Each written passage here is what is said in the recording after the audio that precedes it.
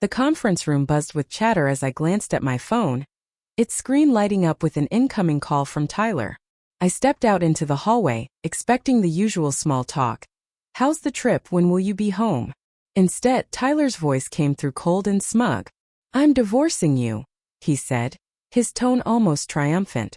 "I've already sold the apartment, so you'll need to figure out where you're going to live. Enjoy that for a moment." I couldn't breathe.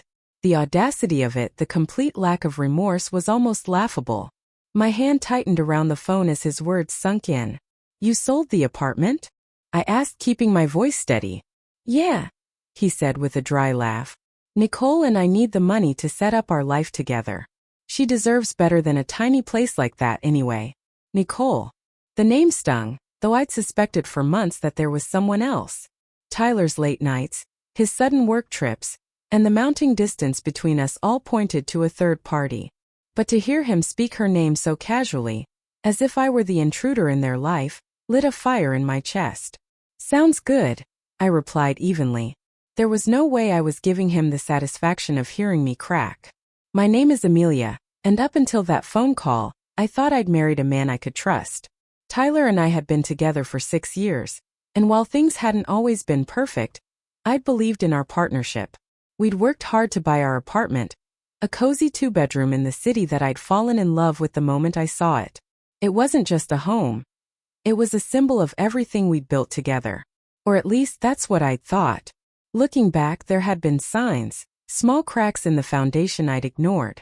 Tyler's dismissive attitude whenever I asked about finances, his tendency to brush off my concerns with a charming smile and a quick kiss. I'd always assumed his confidence came from knowing what he was doing. Now I realized it came from knowing he could manipulate me. The rest of the day passed in a blur. I sat through client meetings, nodding at all the right moments while my mind raced. Tyler thought he'd won. He thought he could pull the rug out from under me, sell the home I'd worked so hard for, and walk away scot-free. But there was one crucial detail he didn't know. The apartment deed had been in my name alone for months. I'd had it transferred after we refinanced earlier in the year, a move Tyler had agreed to without much thought because it meant a lower interest rate. He'd never bothered to ask about the details or read the paperwork he'd signed. His carelessness was going to be his undoing. By the time I returned to my hotel room that evening, my shock had turned into resolve. I wasn't going to cry or beg. Tyler wanted to fight? Fine. But this was a fight I was going to win. The first call I made was to Chloe, my lawyer and longtime friend. I laid out the situation in painstaking detail, my voice calm even as my pulse raced. "He sold the apartment?" she repeated, incredulous. "Does he even realize that he can't do that without your consent?" "Apparently not," I said, a hint of amusement creeping into my tone. "He thinks he's already spent the money on his new life with Nicole." Chloe laughed dryly. "Well, he's in for a rude awakening. The sale is invalid. You can prove sole ownership, and if he's taken any money from the buyer, he's on the hook for fraud." The word fraud sent a jolt of satisfaction through me. "What do we need to do?" I asked. "First, we'll notify the buyer that the sale isn't legal," Chloe said. "Then we'll draft a formal letter for Tyler, outlining the consequences of his actions. If he's dumb enough to try anything else, we'll take him to court." As I hung up, I felt a strange sense of calm settle over me. Tyler thought he'd outsmarted me, that he'd left me powerless and scrambling. But in reality, he just set himself up for the ultimate humiliation. I spent the rest of the trip focusing on my work, compartmentalizing my emotions and channeling my energy into the task ahead. The betrayal hurt, but the prospect of reclaiming my life and watching Tyler's smugness crumble gave me a sense of purpose I hadn't felt in months. When I boarded the plane home, I was ready. Ready to face Tyler, ready to dismantle his lies, and ready to start a new chapter without him. This wasn't just about winning. It was about taking back control. The flight home gave me hours to think about how everything had unraveled. Tyler's arrogance was astounding. He hadn't even tried to hide his betrayal, as if I was just another obstacle to bulldoze on his path to freedom. But instead of spiraling into anger, I focused on what I'd do when I returned. Tyler thought I was powerless, but he didn't realize I'd been playing the long game without even knowing it. As the plane touched down, my first call was to Chloe. "I'm back," I said as I hauled my suitcase off the luggage carousel. What's the next step? We've already notified the buyer, she replied, her tone brisk and efficient. They were shocked to say the least and not too happy with Tyler. They're willing to cooperate, which helps our case. And Tyler? I asked. I sent the formal letter to his email this morning, she said. It outlines the illegality of the sale, your sole ownership of the apartment, and the potential consequences of fraud. He hasn't responded yet, but if I had to guess, he's going to be furious. Good, I thought. Let him stew. When I arrived home, the apartment was eerily quiet. Tyler's things were still there. His jackets draped over the chair, his shoes carelessly tossed by the door, but the place felt different, like the energy had shifted. I took a deep breath and set my suitcase down, knowing that the confrontation would come soon enough. Sure enough, Tyler came storming in that evening, his face red with anger and his phone clutched in his hand. What the hell is this? He shouted, waving the letter Chloe had sent. You're telling me I can't sell the apartment? It's half mine. No, Tyler, I said calmly, crossing my arms. It's not. The deed has been in my name for months. You can't sell something you don't own. He froze, his face a mixture of confusion and rage. What are you talking about? I grabbed the deed from the file I'd pulled earlier, holding it up for him to see. After we refinanced, I had the deed transferred to my name. You signed off on it, remember? Or did you just skim the paperwork like you always do? For a moment he said nothing. Then his expression twisted into a sneer. You think you're so smart, don't you? This doesn't change anything. I already made a deal, and you're going to look like a fool when it all falls apart. I stared at him, unblinking. The sale is already void, Tyler. The buyer knows it, and they're ready to take legal action if you don't return the money. I took a step closer, lowering my voice. Oh, and speaking of money, if you've spent a single cent of that deposit, you're in even bigger trouble. Tyler's confidence wavered for the first time. You don't know what you're talking about, he muttered, avoiding my gaze. Oh, I know exactly what I'm talking about, I said, my voice steady. You've spent years treating me like I'm too naive to notice what you're doing. But guess what, Tyler? I've been paying attention. And now you're going to deal with the consequences. He started pacing, his frustration mounting. This is ridiculous. You're blowing everything out of proportion. You can't just kick me out of here. I raised an eyebrow. Actually, I can. This apartment is legally mine. You can stay here for now, but only because I'm giving you the courtesy of time to figure out your next move.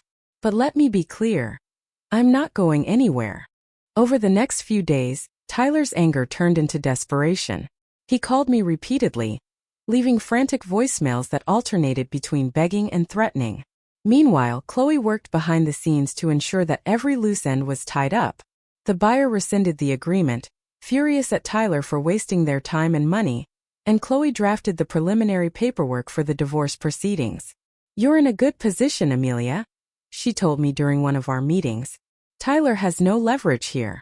Between the voided sale and the fraud charges hanging over his head, he'll have to cooperate if he wants to avoid a bigger mess.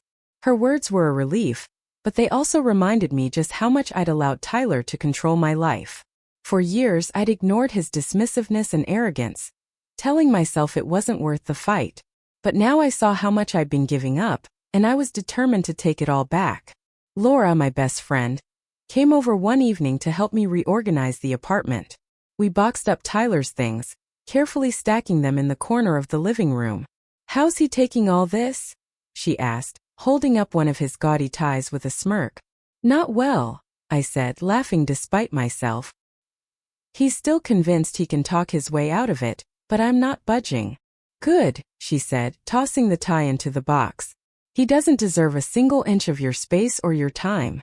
I nodded, feeling a wave of gratitude for her support.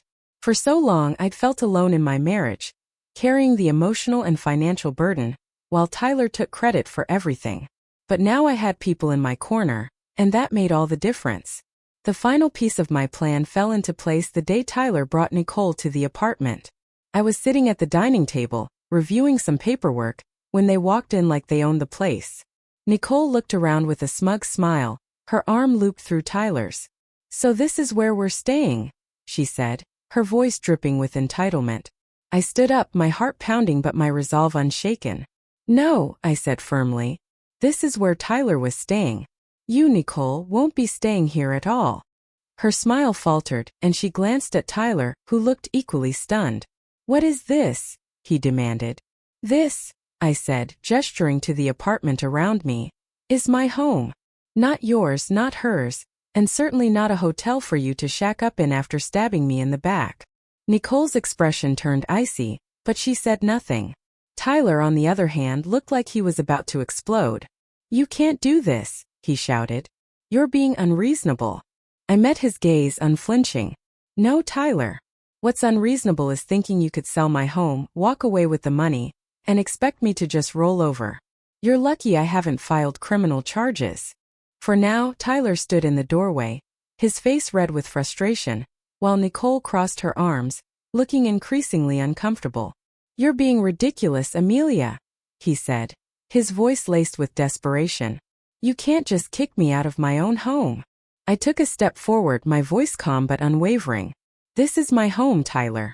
The deed has been in my name for months and you know that. You signed the paperwork without even reading it, just like you always do. So no, this isn't your home anymore. Nicole glanced at Tyler, her perfectly manicured hand tightening around her purse strap. Wait, what's she talking about? She asked, her tone sharp. You said this was your apartment, that you sold it. He flinched, trying to wave her off. It's complicated. I'll handle it. Oh, it's not complicated, I said, stepping closer. You tried to sell an apartment that doesn't belong to you. That sale is void, Tyler. And as of right now, you don't have a leg to stand on. Nicole's composure cracked. You mean the money you told me you had? She stopped mid-sentence, her voice rising. Oh my God, did you lie about that too? Nicole, let me explain, Tyler said quickly, holding his hands up. But she wasn't having it. No, I said, cutting him off. Let me explain. Tyler tried to sell the apartment behind my back, thinking he could pocket the money and leave me with nothing. What he didn't know is that I had the deed transferred to my name months ago. So not only did he fail to sell it, but he also committed fraud by pretending he could. Nicole's mouth opened and closed like a fish gasping for air. Fraud? She whispered, taking a step away from him. Are you serious? Yes, fraud, I said, crossing my arms. And I'm prepared to press charges if he doesn't get his things and leave by the end of the day. Tyler's facade finally cracked. You can't do this, Amelia, he said, his voice pleading now. We've been together for 6 years. You can't just throw me out. You threw me out the moment you made that phone call, I said, my voice hardening. You told me you were divorcing me and laughed about me having to find a new place to live. You didn't just betray me, Tyler. You tried to ruin me. So don't stand there and act like you're the victim. Nicole took another step back, her eyes darting between us. This is insane, she muttered, clutching her purse tighter. You didn't tell me any of this, Tyler. You said you had everything handled. He turned to her, desperation written all over his face. Nicole, I can fix this. I just need. She cut him off with a raised hand. Don't. Just don't. I'm not getting dragged into your mess. Without another word, she turned on her heel and stormed out, leaving him standing there, stunned. I couldn't help but smile as the door clicked shut behind her. Looks like you're on your own, I said, turning back to Tyler. Now let's talk about what happens next. He slumped onto the couch, burying his face in his hands. Amelia, please. I screwed up, I know that. But you don't have to do this.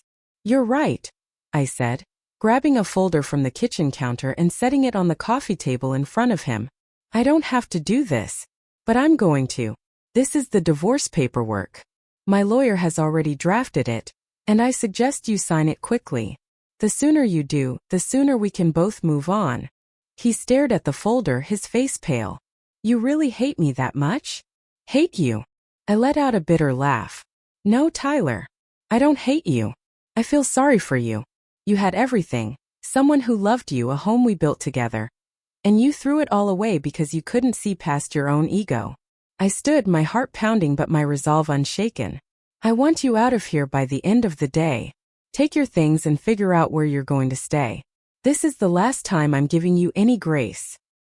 He opened his mouth to argue but stopped, his shoulders slumping in defeat. "Fine," he muttered. "I'll go." "Good," I said, walking toward the door. "And don't even think about trying anything else. Chloe's already handling everything, and the next time you cross a line, I won't hesitate to let the courts handle it." As I opened the door, Tyler slowly stood, grabbing his coat. He didn't look at me as he walked out, his footsteps heavy with defeat. For a moment I felt a pang of sadness, not for him, but for the life we could have had if he'd been the man I thought he was. But that moment passed quickly, replaced by a sense of relief. I closed the door behind him, locking it with the new key I'd had made. This was my home now, and no one, especially not Tyler, would take it away from me again. The silence in the apartment after Tyler left was deafening. For the first time in years, I felt like I could finally breathe. The space no longer felt heavy with his presence, his entitlement, or his lies. It was just me, the home I'd built, and the quiet realization that I had won. Not just against him, but against every doubt I'd ever had about standing up for myself. I stood in the middle of the living room, taking in the emptiness where his things had been. His oversized gaming chair, the framed jerseys that had cluttered the walls, and the gaudy coffee table he'd insisted on keeping were all gone. The apartment looked cleaner, brighter, like it was mine again. Lauren came by that evening with takeout and a bottle of wine. "Is he really gone?" she asked, plopping down on the couch with a dramatic sigh. "Gone and not coming back," I said, pouring 2 glasses of wine. "I gave him until the end of the day to pack his things." He didn't argue. Lauren raised her glass. "To fresh starts and well-deserved victories." I clinked my glass against hers, feeling the weight of the past week slowly lifting. To never letting someone walk all over me again. Over the next few days, I began to reclaim the apartment piece by piece. I rearranged the furniture, moved my favorite artwork into the living room, and filled the space with things that made me happy. It wasn't just about redecorating. It was about turning the apartment into a reflection of who I was, not the person Tyler had tried to make me. Chloe called with updates on the legal proceedings, her voice filled with the kind of confidence that made me feel invincible. "The fraud charges are off the table since the buyer decided not to pursue them," she explained. "But the divorce paperwork is moving along smoothly. Once Tyler signs, you'll be officially free." Hearing the word free made my chest tighten. It wasn't just about the divorce. It was about everything I'd been carrying for years, the resentment, the self-doubt, the feeling of being trapped in a marriage that didn't value me. It was all finally being lifted. Tyler tried to reach out a few times, his messages ranging from half-hearted apologies to pathetic attempts to guilt me into reconciling. "I made a mistake," one read. "Can't we at least talk about this?" Another was more desperate. "You're going to ruin me, Amelia. Is that what you want?" I didn't reply. For once, I wasn't going to waste my energy trying to fix something that was broken beyond repair. He'd made his choices, and now he was dealing with the consequences. By the end of the week, the apartment felt like a completely new space, warm, inviting, and entirely mine. As I sat on the couch with a cup of tea, the city lights twinkling outside the window, I thought about everything that had happened. Tyler's betrayal had been a shock, but it had also been a wake-up call. For too long, I'd let myself believe that I didn't deserve better, that I had to settle for whatever scraps of respect and love he decided to throw my way. But now I knew better. I wasn't just reclaiming my apartment, I was reclaiming my life. A month later, my life looked completely different. The apartment was unrecognizable, not because of any drastic renovation, but because of how it felt. It was a space that reflected me, my tastes, my personality, and my newfound independence. The absence of Tyler's clutter and his overbearing presence made the home feel lighter, freer. The divorce was moving along smoothly. Chloe had handled everything with precision, ensuring Tyler had no room to argue or complicate the process. He signed the papers without much fuss, likely realizing that he had no leverage. There was no grand showdown, no emotional plea to work things out. Just a cold, clean break that felt both bittersweet and deeply satisfying. One day, as I sorted through some old papers, I came across a photo of Tyler and me from our early years together. We were smiling, arms around each other, full of hope and promise. I stared at it for a moment, letting the memories wash over me. There had been good times, moments when I truly believed we were building a life together. But those moments were gone, overshadowed by years of neglect, manipulation, and betrayal. I tucked the photo into an envelope and put it away in a drawer. It wasn't worth keeping out in the open, but I wasn't ready to throw it away either. It was a part of my past, but it didn't define me anymore. Lauren and I celebrated the finalized divorce with dinner and drinks at a trendy rooftop bar downtown. "You're glowing," she said, raising her cocktail in a toast. "Single life suits you." I laughed, feeling a warmth I hadn't felt in years. "It's not the single life," I said. "It's the freedom. For the first time, I don't feel like I'm living under someone else's rules." We toasted to that, and as the night went on, I felt a growing sense of pride in myself. I'd faced one of the hardest moments of my life and come out stronger. I wasn't just surviving, I was thriving. Back at home, I started planning for the future. The apartment had become more than a refuge. It was a symbol of everything I'd reclaimed. But I knew I wouldn't stay there forever. Someday I'd move to a new place, one without any lingering shadows of my life with Tyler. Until then, I was determined to make the most of every moment in the space I had fought so hard to keep. As I curled up on the couch that night, a sense of peace washed over me. I thought about how Tyler had laughed during that phone call, so certain that he'd won, and I couldn't help but smile. His arrogance had been his downfall, and my quiet strength had been my salvation. This wasn't just the end of a marriage, it was the beginning of a new chapter. One where I called the shots, one where I chose happiness on my own terms. And after a long time I felt truly free.